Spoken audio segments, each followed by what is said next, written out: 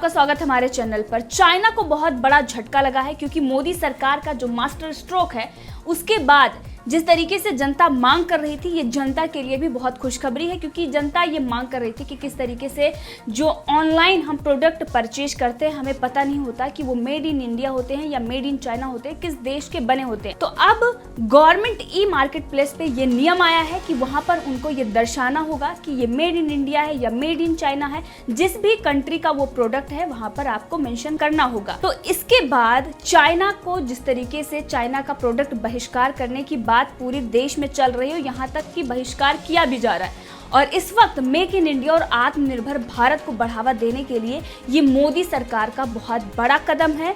तो ये जो फैसला लिया गया है, तो इसमें हम आपको बता दें कि सरकारी ई मार्केट प्लेस पर प्रोडक्ट रजिस्टर करने के लिए कंट्री ऑफ ओरिजिन बताना जरूरी होगा। सभी विक्रेताओं को अपने प्रोडक्ट के मूल देश यानी कंट्री ऑफ ओरिजिन की जानकारी देनी ही होगी। प्रोडक्ट के बारे में सभी जानकारी और प्रोडक्ट के मूल देश की जानकारी नहीं देने पर प्रोडक्ट को government e market place platform से हटा दिया जाएगा। तो गवर्नमेंट ई मार्केट प्लेस के नए फीचर लागू होने से पहले जिन विक्रेताओं ने अपने प्रोडक्ट अपलोड किए हैं उनको भी मूल देश को अपडेट करना होगा। इसके लिए उन्हें लगातार रिमाइंडर भेजे जाएंगे। रिमाइंडर के बाद भी प्रोडक्ट पर जानकारी आप अपडेट नहीं करने पर प्रोडक्ट को प्लेटफॉर्म से हटा दिया जाएगा। सेलर्स को ये जानकारी देनी ही होगी कि सामान का निर्माण कहाँ हुआ है और उसका इंपोर्ट कहाँ से हुआ है। तो ये तमाम तरह की चीजें हैं जो जनता मांग कर रही थी और उसका ये कहना था कि सरकार इस पर कोई फैसला नहीं ले रही है। अगर हम बहुत लोगों का ये कहना था कि हम झोला लेकर चाइना सामान खरीदने नहीं जाते हैं, अगर हमारे देश में आता है उसके बाद ही हम सामान खरीदते हैं। लेकिन अब सरकार ने ये बहुत बड़ा फैसला लिया और इससे चाइना को आर्थिक रूप से बड़ा झटका लगा है क्योंकि अगर हमें पता है कि किसी भी देश को अगर हमें तोड़ना है किस तरीके से हम उसे आर्थिक रूप से कमजोर कर सकते हैं। और इस वक्त चाइना के ऊपर दबाव बना हुआ है, जिस तरीके से पूरी दुनिया के देश एकजुट होकर और चाइना की जो हड़पने की नीति है उसके ऊपर सभी दबाव बना रहे हैं। और इस वक्त जिस तरीके से कंपनियां वहां पर जिन्होंने अपनी मैन्युफैक्चरिंग यूनिट लगाई थी या बहुत सारी ऐसी कंपनियां हैं जो चाइना में थी, वो अब वहां से अपना व्यापार समेटकर अन्य देशों की तरफ रुख कर रही हैं और उसमें भारत उनकी पहली पसंदीदा जगह है। और इस वक्त भारत ने भी चाइना से जो प्रोडक्ट आ रहे हैं किस तरीके से उसको रोक लगाने के लिए इतना बड़ा फैसला लिया गया है। जनता को जागरूक किया जा रहा है। इससे पहले आपने देखा था कि कैट ने किस तरीके से 3000 प्रोडक्ट की जानकारी दी थी जो चाइना से आते हैं और जिनका बहिष्कार करना है।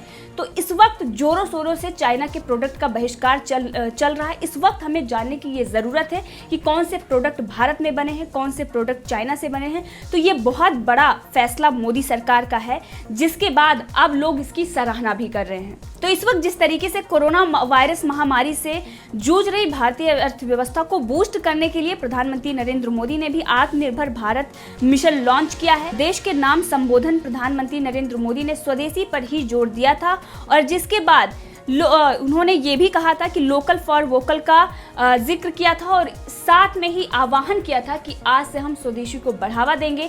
और उसके बाद ये अब स्वदेशी प्रोडक्ट के यानी कि जो मेक इन इंडिया है, आत्मनिर्भर भारत का जो सपना है उसे पूरा करने के लिए बहुत बड़ा कदम है। और इसमें चाइना के जो प्रोडक्ट हैं उन्हें बहिष्कार करने के लिए हमें जानना जरूरी था। तो इसीलिए अब चीन के साथ विवाद होने से चीनी सामानों का बायकॉट करने के मकसद से देश को आगे ले जाने की जरूरत है। यही वजह है कि गवर्नमेंट ई मार्केट प्लेस में नए फीचर कंट्री ऑफ ओरिजिन को जोड़ा गया है। इसमें सरकार के साथ साथ खरीदारों को भी प्रोडक्ट के बारे में सटीक जानकारी मिलेगी। और वहीं साथ साथ आपको बता दें कि दूसरी और बड़ी खबर है जिस पर लोगों की नजरें थी कि कब सरकार इस पर फैसला लेगी, यानी कि आयात शुल्क बढ़ाने का। जो चाइना से प्रोडक्ट आ रहे हैं उन पर इंपोर्ट ड्यूटी बढ़ाई जाए, ये भी लोगों का कहना था। तो अब 150 चाइनीज प्रोडक्ट हैं जिन पर सरकार ने सख्ती दिखाई है और उन पर यह कहा है अगर उनके पास लाइसेंस नहीं होंगे तो वो भारत में आयात नहीं होंगे। साथ में उन पर इंपोर्ट ड्यूटी भी बढ़ा दी गई है। तो भारत और चीन के बीच चल रही इस बॉर्डर टेंशन में चीन को लेकर भारत का ये रवैया बेहद सख्त है।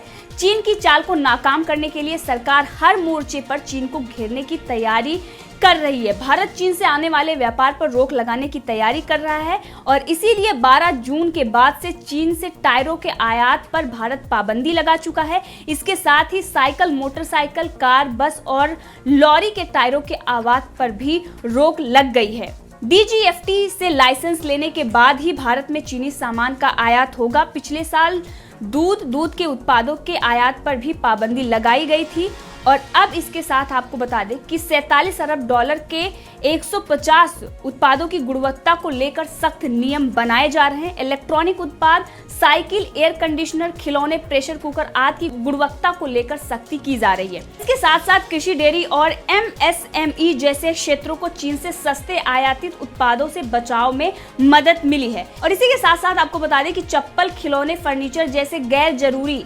नवासी उत्पादों पर बजट में आयात शुल्क बढ़ाया गया है। तो अगरबत्ती पर भी रोक लगा दी गई है, यानी कि जिस तरीके से चाइना ने अपना व्यापार भारत में बढ़ाया था, एक तरीके से बहुत बड़ा मार्केट प्लेस था भारत उसके लिए, तो इतना बड़ा बाजार भारत चाइना के लिए था, लेकिन उसने अपनी विस्तारवादी नीति की वजह से आज जिस तरीके की उसकी नीति है, भारत ने वो बाजार उसके लिए बंद कर दिए हैं। जिस तरीके से आयात शुल्क बढ़ाया जा रहा है, लोग चाइनीज प्रोडक्ट का बहिष्कार कर रहे हैं, चाइना को आर्थिक रूप से कहीं ना कहीं ये कमजोर कर रहा है। इसी के बाद ग्लोबल टाइम्स लगातार उसकी बौखलाहट सामने आ रही है। तमाम तरह के वो आर्टिकल लिख कर ये दिखाने की कोशिश कर रहा है कि किस तरीके से आपको इससे प्रॉब्लम होगी, लेकिन जिस तरीके से चाइना को प्रॉब्लम हो रही है उसकी बौखलाहट से वो साफ नजर आ रही है। तो इसी के साथ आपको बता दें कि अगरबत्ती में काम आने वाले बांस का आयात शुल्क भी बढ़ाया गया है। 17 अप्रैल से एफडीआई नियमों को कड़ा किया गया है, यानी कि जिस तरीके से एफडीआई ने अपने नियमों में बदलाव लाया था और इसमें कहा था कि चाइना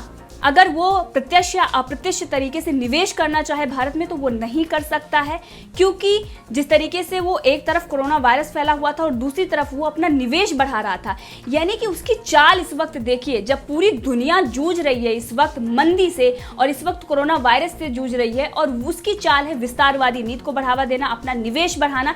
तो इस वक्त उसकी जो चालबाजी है वो भारत समझ गए और जिसके बाद एफडीआई ने अपने नियमों में सख्ती बरत दी। और वहीं पर आपको बता दें कि ऑप्टिकल फाइबर जैसे कई उत्पादों पर सेफगार्ड ड्यूटी के प्रस्ताव पर वित्त मंत्रालय अभी विचार कर रहा है। स्टेनलेस स्टील जैसे कई चीन से आयातित उत्पादों पर भी जांच जारी है। निम्न गुणवत्ता के सामानों के आयात पर भारत कड़ी नजर रखे हुए है, यानी कि आने वाले दिनों में और भी इस पर फैसले लिए जाएंगे। लेकिन जिस तरीके से अभी इतने बड़े बड़े फैसले लिए गए हैं, ये चाइना के लिए बहुत बड़ा झटका है, क्योंकि उसे लगता था कि सरकार इस पर फैसला नहीं लेगी, क्योंकि तमाम तरह के ऐसे उसने प्रोपेगेंडे फैलाए कि भारत को इससे नुकसान होगा। और यहाँ पर उनके जो समर्थन में लोग बैठे हुए हैं वो भी ये कहते आ रहे थे कि हमें चाइना का बहिष्कार नहीं करना चाहिए, उसके प्रोडक्ट को अगर हम यूज नहीं करेंगे तो इससे चाइना को कोई फर्क नहीं पड़ेगा, सरकार इस पर फैसला नहीं ले सकती क्योंकि नियम और कानून होते हैं। और वहीं आपको बता दें कि अभी हाल में ही एक हाई लेवल मीटिंग हुई थी जो प्रधानमंत्री कार्यालय में हुई थी, उसमें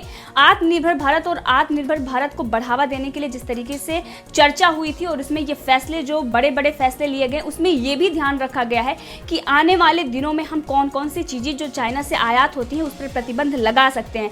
तो इसमें आपको बता दें कि सिगरेट, पेंट और वर्निश, तंबाकू, प्रिंटिंग, स्याही, शैम्पू, हेयर डाई, कांच के आइटम, घड़ी, इंजेक्शन की शीशी आदि शामिल है। तो ये छोटे मोटे सामान है जो भारत में भी उसका उत्पादन होता है, लेकिन हम किसी के सहारे थे, चाइना के। तो अब सरकार इस पर फैसला लेने वाली है। तो तमाम तरह के ऐसे उत्पाद जिनकी जो ऐसा कह सकते हैं कि ज़्यादा ज़रूरी नहीं है और वो हमारे देश में पहले से मौजूद हैं। लोगों का ये कहना होता था कि अगर हम चाइना से नहीं खरीदेंगे तो उसका अल्टरनेटिव हमारे देश में मौजूद नहीं है। तो ऐसे प्रोडक्ट को अब सामने लाया जाएगा और उस पर बैन लगाने की बात की जा रही है जो हमारे देश में हैं ऑलरेडी। और स्वदेशी और आत्मनिर्भर भारत की जो बात चल रही है और जिस तरीके से मेक इन इंडिया को बढ़ावा दिया जा रहा है, ये जो भी फैसले लिए जा रहे हैं ये बहुत बड़े फैसले लिए जा रहे हैं भारत की अर्थव्यवस्था को बूस्ट करने के लिए और साथ में चीन की कमर तोड़ने के लिए। तो चाइना की जिस तरीके से बौखलाहट रही और उसके बाद भी सरकार ने इतने बड़े बड़े फैसले लिए, जिस तरीके से अब सरकार ने यह भी कह दिया कि जो ऑनलाइन प्रोडक्ट होंगे उनकी जो सही जानकारी है, नहीं कौन से देश में वो इंपोर्ट हुआ है, कौन से देश में बना हुआ, ये सारी जानकारी आपको देनी होगी। वहीं पर आयात शुल्क उन्होंने बढ़ा दिया। तो सरकार जिस तरीके से फैसले ले रही है, ऑनलाइन प्रोडक्ट हैं उनकी भी सही जानकारी, किस देश में बना है, किस देश से इंपोर्ट हुआ है, ये सारी जानकारी देनी होगी। और वहीं पर जिस तरीके से आयात शुल्क बढ़ाए जा रहे हैं, जो चीजें बैन की जा रही हैं जो चाइना से आयात होती थी, तो ये सारी चीजें दिखाई दे रही हैं कि इस वक्त सरकार चाइना को मुंहतोड़ जवाब देने में जुटी हुई है। मोदी सरकार के जो ये बड़े बड़े फैसले हैं, इससे आर्थिक रूप से चाइना को झटका लगा है। इससे पहले जिस तरीके से हमारे सेना के जवान सीमा पर मुंह तोड़ जवाब दे रहे हैं, साथ में आर्थिक रूप से भी उनको कमजोर किया जा रहा है, तो इसकी जो बौखलाहट है चाइना की, वो जाहिर सी बात है कि उसकी बौखलाहट सामने आएगी। और उसके साथ में जो यहाँ पर समर्थन में उसके लोग बैठे हुए हैं, जो ये कह रहे थे कि चाइनीज सामान का हम बहिष्कार नहीं करेंगे, यानी कि कांग्रेस, उसके लिए भी ये बहुत बड़ा झटका है। और इस मुद्दे पर आप अपनी भी राय रख सकते हैं, कमेंट करके जरूर बताएं। अगर आपने अभी तक चैनल को सब्सक्राइब नहीं किया है तो कर लें, ताकि हर अपडेट आप तक पहुंचती रहे।